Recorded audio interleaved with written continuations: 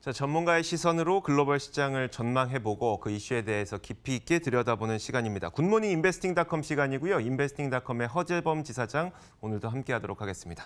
어서 오세요. 네. 안녕하십니까.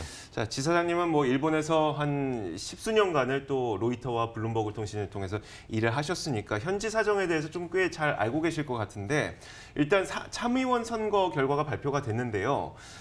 기본적으로 이제 일본의 선거 구조가 어떤 식으로 이루어지는지 먼저 좀 알아야 될 것 같아요.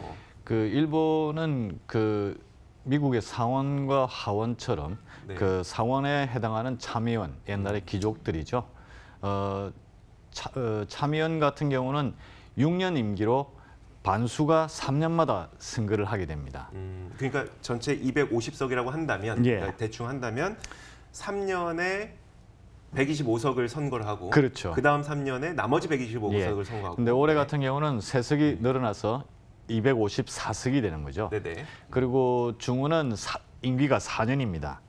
지금 현재 슈기인이라 그러죠. 중의원 같은 경우는 465석 중에서 자민당하고 공명당, 연합 정당이죠. 연합 여권인데 323석을 확보해서 지금 일본 선거에서 말하는 개헌이죠. 네. 개헌의 3분의 1을 확보했습니다.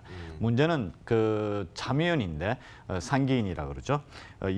올해 3석이 늘어나서 254석 중에서 자민당과 공명당이 연립정당이 164석을 이상을 차지하지 않으면은 3분의 2의 개헌 네. 발의의 의석을 확보할 수 없습니다.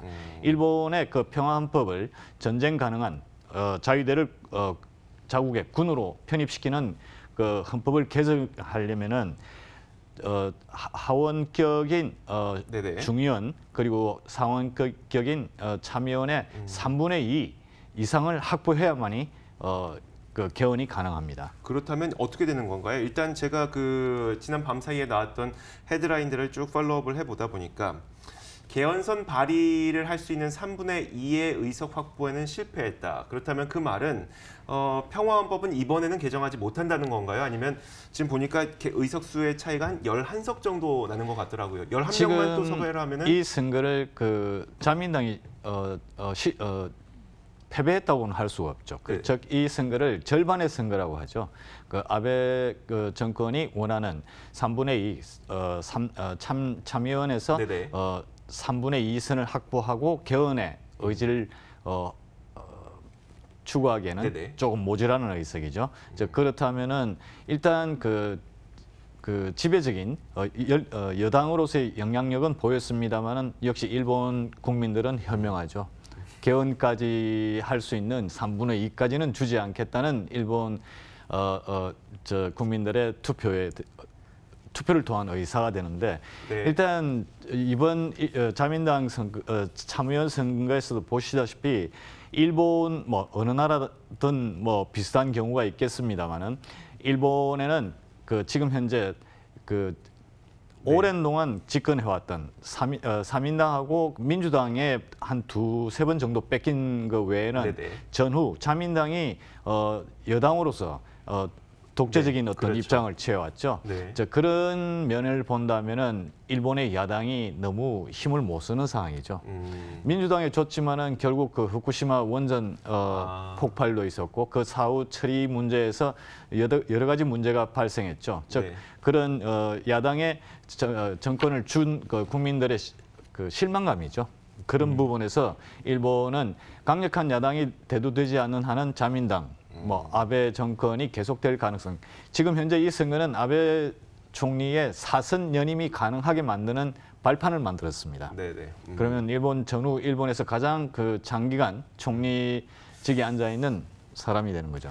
참 그렇다면 사실 두 가지를 더 짚어보고 싶은데 첫 번째가 그러면 평화헌법 개헌이 될 것이냐, 이 가능성이 얼마나 되느냐가 첫 번째일 것이고요. 두 번째가 그럼 한국과 일본의 무역 마찰도 사실 이것을 좀 의도한 것 아니냐라는 의견도 계속 있었잖아요. 예. 그럼 한일 무역 마찰이 이번 결과를 통해서 더 심화될 것인지 장기화될 것인지에 대한 궁금증도 있고요. 저는 어느 정도 장기화된다고 봅니다.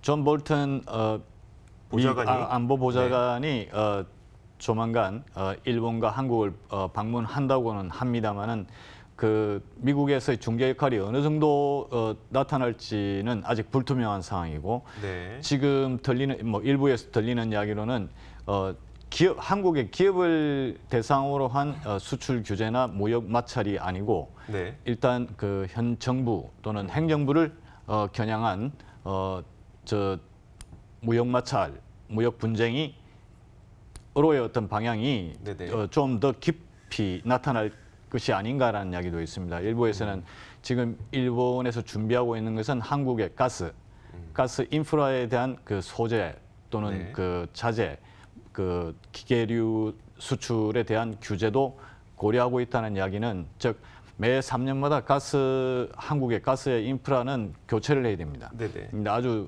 산업의 동맥이죠. 그 부분에 대한 수출 규제가 생긴다면은 상당히 큰 문제가 될 듯합니다. 네.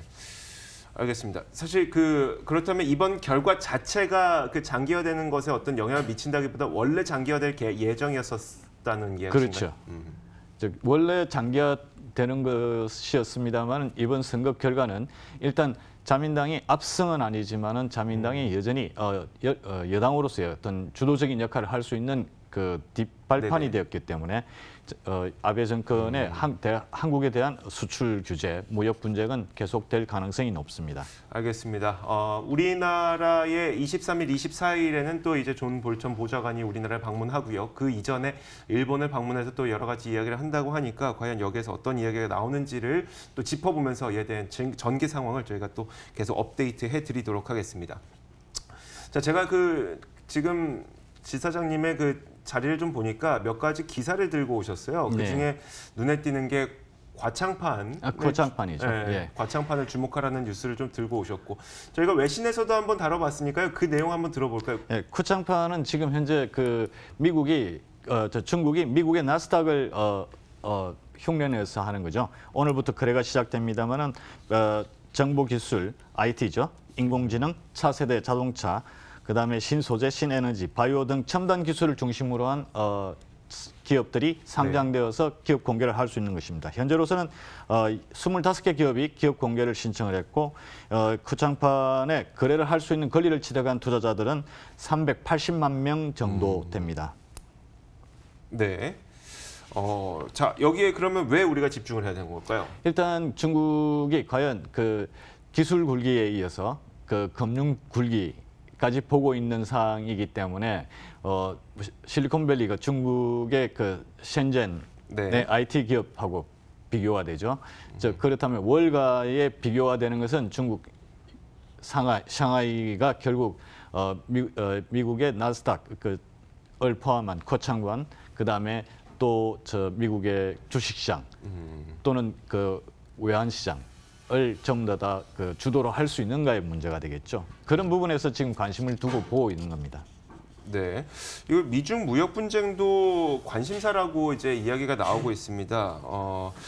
왜냐하면 여기에서도 미국과 중국의 어떤 알력 관계가 있는 상태에서 과창판이라는 새로운 어떤 판이 생기다 보니까 미중 무역 분쟁도 여기에 영향을 미칠 수 있을 것이다라는 분석인 것 같습니다. 일단 초기의 시작은 25개 기업이 지금 현재 IPO를 신청을 했고 투자자만 해도 380만 명이라고는 합니다만은 나스닥에 비할 수는 아직 없죠. 일단 시간을 두고 코창판이 어느 정도 활성화되는지, 성장하는지 그것을 지켜봐야 될 필요가 있을 것 같습니다. 네, 알겠습니다.